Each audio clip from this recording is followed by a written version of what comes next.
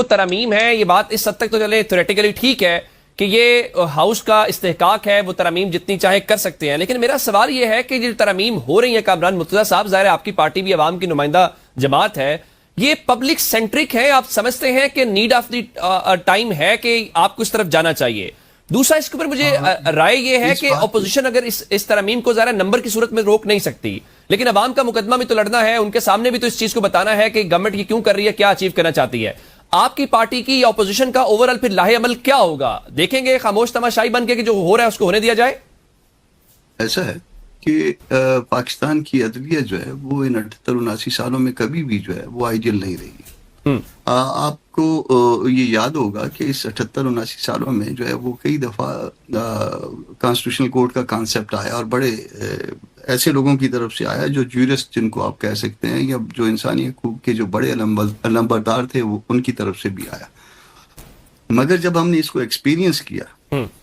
تو ایکسپیرینس جو ہے نا وہ تباہ کن ہے. پھر اسی طرح سے جو ہے نا وہ ججز کے ٹرانسفر کا کانسیپٹ جو ہے نا یہ تھا آرٹیکل 200 میں, مگر جب ہم نے ایکسپیرینس کیا تو یہ بھی تباہ کن. اچھا, کوئی بھی جو جس سلاٹ کے اگینسٹ بیٹھا ہوا شخص ہے اس نے کہیں پہ بھی وہ ریزسٹ نہیں کر پایا, ایکسیپشنز کو چھوڑ دیجئے, ایک آدھ جو ہے نا وہ اگر کوئی ایکسیپشن آپ کے سامنے آتی ہے, اس کے علاوہ جو ہے نا وہ کہیں پہ ریزسٹنس نہیں آئی. اب ہوا یہ کہ جو اس وقت کا نظام ہے آج کا, انہوں نے ایک طرف تو رکھ دیا کہ وہ ایکسٹرا آرڈنری جو ہے نا وہ مراحت رکھ دیں جوڈیشل افسروں کے لیے, ججز کے لیے, اور دوسری طرف جو ہے نا وہ انہوں نے جو ہے نا ان کے اوپر جو ہے وہ تلوار بھی لٹکا دی. اب تلوار اور وہ یہ کیرٹ اور وہ جو ہے نا ان کے ساتھ کھیل کھیلا جا رہا ہے. اب 3 ججز کو ابھی اس وقت ٹرانسفر کر دیا, ایک کو پشاور ہائی کورٹ میں پھینک دیا, ایک کو سندھ لے گئے, ایک کو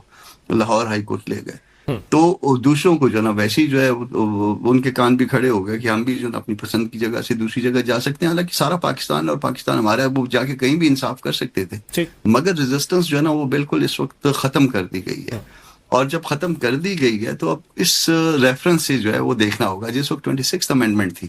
تو 26th امینڈمنٹ میں یہ کانسٹیٹیوشن کورٹ کو اسی انالوجی پہ اپوز کیا گیا تھا, اور ہم نے کہا تھا کہ ودن کورٹ جو ہے نا ایک بینچ بنا دیجیے. آئیڈیا یہ تھا کہ آپ سینئر ترین ججوں کو جو ہے وہ دے دیجیے اختیار, پہلے 5 کو, پہلے 7 کو, وہ کانسٹیٹیوشن معاملہ سن لیں. جو کہ انڈیا کے اندر بھی یہی ماڈل ہے کہ 5 سینئر ججز سنتے ہیں. یہ جے یو آئی نے جو دیا تھا, جو میں نے دیا تھا, وہ یہی تھا کانسیپٹ. مگر وہ دوسری طرف سے جو ہے پھر پیپلز پارٹی کی طرف سے اسپیشلی جو ہے وہ آیا کہ نہیں جی سب صوبوں کی نمائندگی ہونی چاہیے. اب جب ہم سے صوبے کی بات کی جائے تو ہم چھوٹے صوبوں کے لوگ ہیں. اب چھوٹے صوبوں میں جب ہمارے سامنے جب یہ لالچ سمجھ لیجیے, جب یہ لالچ آتا ہے تو پھر ہم جو ہے وہ اس کو, کیونکہ ہم نے اپنے صوبوں میں جانا ہوتا ہے, ہم صوبوں کی نمائندگی کر رہے ہوتے ہیں, تو پھر اس کے بعد جو ہے نا یہ صوبوں کی جو ہے نا نمائندگی پہ ایگری کیا گیا. اور پھر اس کے بعد جو کچھ بھی ہوا, یا انہوں نے جو بھی جوڈیشری کے ساتھ جو کرنا تھا, تباہ کن کھیل کھیلنا تھا, وہ کھیلا گیا. اور اب اس وقت صورتحال یہ ہے کہ اس وقت وہی ایسا جو آپ کہہ لیں کہ جو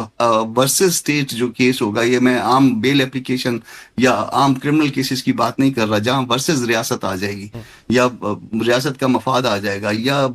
اس وقت جو مین پولیٹیکل پارٹیز ہیں جو ٹریجری میں ڈائریکٹلی یا انڈائریکٹلی ان کا مفاد آ جائے گا, تو اس وقت جو ہے نا بطور وکیل کوئی بھی جو ہے نا یہ نہیں سمجھے گا کہ شاید جو ہے نا وہ ہم کو کوئی ایسا ریلیف لے پائے. آپ سمجھ رہے ہیں کہ جہاں گورنمنٹ کا معاملہ آئے گا وہاں پہ ریلیف لینا یوں لگتا ہے کہ ناممکن سے بات ہے. ذرا ناممکن ہے, بالکل میں غلط ہوں مگر یہ ویری رائٹ. میں ذرا پنجوتا صاحب کو اس کے اوپر شامل کرتا ہوں. پنجوتا صاحب, یہ جو نئی ترمیم آ رہی ہے اس میں یہ بھی ہے کہ جس طرح صوبے میں کوئی گورنر راج لگایا جانا ہے یا ایمرجنسی ڈکلیئر کرنا ہے, تو یہ اختیار آلریڈی یہ پارلیمنٹ کے پاس تھا کہ آپ کو توثیق کروانی پڑتی ہے. اب کہا جا رہا ہے کہ چونکہ ابھی اسپیکولیشنز ہیں, ابھی پرپوز چیزیں سامنے آ رہی ہیں کہ کوئی اگر ایسی صورتحال پیدا ہوتی ہے تو معاملہ پارلیمنٹ سے لے کے آئینی عدالت میں چلا جائے. کیا یہ سمجھتے ہیں کہ خیبر پختونخوا کی جو تحریک انصاف کی حکومت ہے اس کے لیے اس کو فکس کرنے کے لیے چیزیں بھی آ رہی ہیں؟ دیکھیں جی, بیسیکلی جو ہے نا یہ پاکستان کی عوام کے ووٹ کے اوپر جو ڈاکہ مارا جاتا ہے, جمہوریت کے خلاف جو کارروائیاں کی جاتی ہیں, اس کا تسلسل جو ہے کرنے کے لیے سارا کچھ کیا جا رہا ہے. یعنی ہم نے ووٹ کو تسلیم نہیں کرنا, ہم نے جمہوریت کو نہیں ماننا, ہم نے آئین کو نہیں ماننا, ہم نے عدالت کو نہیں ماننا, ہم نے پارلیمنٹ کو نہیں ماننا, ہم نے سینٹ کو نہیں ماننا, ہم نے کسی جگہ پر کسی شخص کو اس کے بنیادی حقوق جو ہیں اس کو نہیں ماننا کہ اس کو دیے جائیں. تو اس چیز کے لیے یہ ساری چیزیں کی جا رہی ہیں. اب آپ دیکھیں کہ 8 فروری کو جو ڈاکہ مارا گیا, ابھی تک اس کے جو ہے ریزلٹس جو ہے نہیں آئے. جو ہم نے پٹیشنز دائر کی تھیں, کچھ کو ٹیکنیکل بنیادوں پر خارج کر دیا, کچھ کے فیصلے نہیں آئے. 5 سال بعد کہا جائے گا کہ واقعی دھاندلی ہوئی ہے. تو پھر اس 5 سال کے بعد اس پٹیشن کا ہمیں کیا فائدہ ہوگا؟ عمران خان صاحب کو اڈیالہ جیل میں ناحق پابند سلاسل کیے ہوئے، ان سے ملنے کے لیے ان کی فیملی جاتی ہے، وکلا جاتے ہیں، رفقا جاتے ہیں، یہاں تک کہ پاور آف اٹارنی تک لینے کی اجازت نہیں ہے. میڈیکل کا جو ہے جو ان کو پرابلم ہوگا اس کے لیے بھی شفٹ کرنے سے پہلے جیل مینول کہتا ہے رول 795 کہ آپ نے فیملی کو بتانا، نہیں بتایا گیا. اسی طرح بی بی صاحبہ کے ساتھ کیا جا رہا ہے، ان کی بیلز پٹیشن تک نہیں لگائی جا رہی، کہتے ہیں جی اپیل پہلے سنیں تاکہ وہ بھی آئینی عدالت کے اندر جائے اور وہاں مور لگ جائے. تو یہ سارا سسٹم یہ تو پچھلا معاملہ ہے نا. اب اگلا آپ کو خطرہ محسوس ہو رہا ہے کہ گورنمنٹ کو، یہ لگتا ہے گورنر راج والی چیزیں دیکھیں بات یہ ہے کہ اس وقت پورے پاکستان کے اندر صرف خیبر پختونخوا کے اندر پاکستان کی عوام کی حکومت ہے. یعنی وہاں صرف مینڈیٹ تسلیم کیا گیا، وہاں بھی کچھ حلقوں میں دھاندلی کر کے ہمارے لوگوں کو ہرایا گیا، لیکن وہاں پر حکومت جو ہے وہ ایک آئینی طریقے سے آئی ہے، جمہوری طریقے سے آئی ہے. باقی جگہوں پر تو حکومت ہی نہیں ہے. اب جس جگہ پر آئینی طریقے سے آئی ہوئی ہے وہاں پر بھی ان کا دل ہے کہ ایک ایسی تلوار لٹکائی جائے اس ترمیم کے ذریعے کہ وہاں بھی ساری چیزیں جو ہیں کنٹرول کر کے سارے اختیارات محسن نقوی صاحب کے پاس اور محسن نقوی کے جو پیچھے ہیں ان کے پاس لایا جائے، اور پھر ملک ایک جگہ سے، پہلے بھی کوشش ہر جگہ پر کی جا رہی ہے، باقی جگہوں پر تو کھلے عام کی جا رہی ہے، لیکن کے پی میں بھی مداخلت کی جاتی ہے، چاہے ڈرونز کی پالیسی کے اوپر معاملہ ہو، چاہے باقی جو این ایف سی کے ان کا شیئر ہے یا کوئی اور معاملہ ہو تو اس کے اندر بھی انٹرفیئرنس کی جاتی ہے. تو اس حد تک بھی ان کا دل یہی ہے کہ کسی طریقے سے وہاں کنٹرول کر کے آپ کا یہ خدشہ جو ہے وہ یہاں پہ موجود ہے. اچھا میاں صاحب مجھے یہ بتائیے کہ جب آپ 26ویں اور 27ویں ترمیم کو انالائز کرتے ہیں اور آپ کہتے ہیں کہ برا حال ہو گیا ہے، یہی بات جو ہے وہ کامران مرتضیٰ صاحب بھی کہہ رہے ہیں، میرا پھر سوال آپ سے یہ ہے کہ 26ویں اور 27ویں ترمیم تو اس ملک کی ان سیاسی جماعتوں نے کی ہے جو کریڈنشلز دیتی ہیں جمہوریت کا یا آئین بنانے کا، تو کیا ان ترامیم سے پاکستان میں جمہوریت مضبوط ہوئی ہے؟ پاکستان کا عام شخص جو ہے وہ زیادہ سٹیک ہولڈر بنا ہے جمہوری نظام کے اندر؟ اگر بنا ہے تو پھر تو 28ویں ترمیم آنی چاہیے، اگر نہیں بنا تو پھر 28ویں ترمیم تو اس کا مطلب یہ ہوگا کہ غیر جمہوری طاقتوں کو زیادہ اور مضبوط کرے گی یا بااختیار کرے گی. عمر بھائی آپ ہم ان بات کو نا جنرلی ڈسکس کرنے کی بجائے نا اسپیسیفکلی ڈسکس کریں. جیسے میں نے پہلے گزارش کی کہ عام عوام کا ان آئینی ترامیم سے کوئی لینا دینا نہ کبھی تھا، نہ کبھی ہے، نہ ان ترامیم سے پہلے تھا، نہ مستقبل میں ہوگا. جمہوریت اور غیر جمہوریت والی بات کے دونوں پہلو ہیں. دیکھیں ان ترامیم آنے سے پہلے ہمیں بتایا یہ گیا کہ عدلیہ سے متعلق ان ترامیم آنے سے عدلیہ بہتر ہوگی، لیکن جیسے میرے بڑے بھائی کامران مرتضیٰ صاحب نے فرمایا کہ اب ہم نے جب اس کا تجربہ کیا تو وہ تجربہ اتنا بھیانک ہے. عمر دراز صاحب میں روز عدالتوں میں یہ بات پریکٹیکلی دیکھتا ہوں، اتنا بھیانک ہے کہ شاید میں اپنی زندگی میں اس سے زیادہ بدترین عدلیہ کا دور جو ہے وہ نہ دیکھ سکوں کہ ان ترامیم کے خوف کی وجہ سے ایک عدلیہ جو ہے وہ قانون کے مطابق ایسا حکم جاری نہیں کرتی جس میں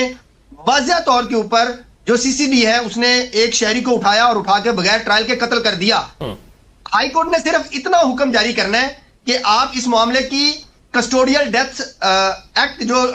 2022 ہے اس کے مطابق انکوائری کریں. اس انکوائری کا آرڈر کرنے کا بھی جج صاحبان جو ہے وہ حکم پاس نہیں کر رہے. یہ ایک بالکل معمولی سا کام ہے، یہ جسٹس آف پیس یوں بھاگ کر دیتا ہے. ہم تینوں وکیل بیٹھے ہیں، ہم سب جانتے ہیں کہ اس طرح کی کوئی درخواست ہے جسٹس آف پیس کو دینا کہ میرا مقدمہ درج نہیں کیا جا رہا تو وہ دوسری تیسری پیشی پہ مقدمہ درج کر دیتا ہے. لیکن لاہور ہائی کورٹ کا یہ حال ہے کہ ہائی کورٹ کے تمام جج صاحبان جو ہیں وہ سی سی ڈی کے سامنے سرنڈر کیے بیٹھے ہیں. یہ میں آپ کو اپنا ذاتی تجربہ بتا رہا ہوں. تو میں گزارش یہ کرنا چلا تھا، پہلے بھی نظام عدل جو ہے وہ ڈیلیور نہیں کر رہا تھا، ناکام تھا. اس کی ناکامی دکھا کر ہمیں بتایا گیا کہ ہم ترمیم لے کے آ رہے ہیں عدالتی اصلاحات کے لیے، لیکن وہ عدالتی اصلاحات آنے کے بعد نظام زیادہ بھیانک ہو گیا. مجھ سے زیادہ میرے بڑے بھائی کامران مرتضیٰ صاحب جانتے ہیں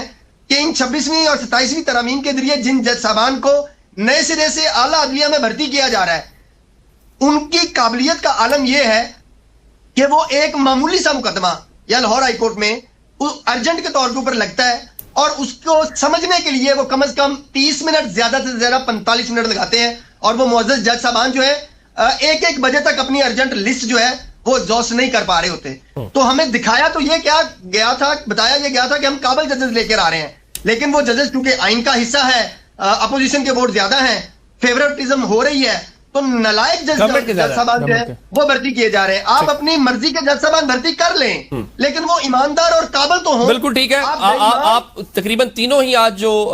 ہمارے مہمان ہیں ان کے اتفاق یہ ہے کہ 26ویں اور 27ویں ترمیم سے چیزیں بہتر نہیں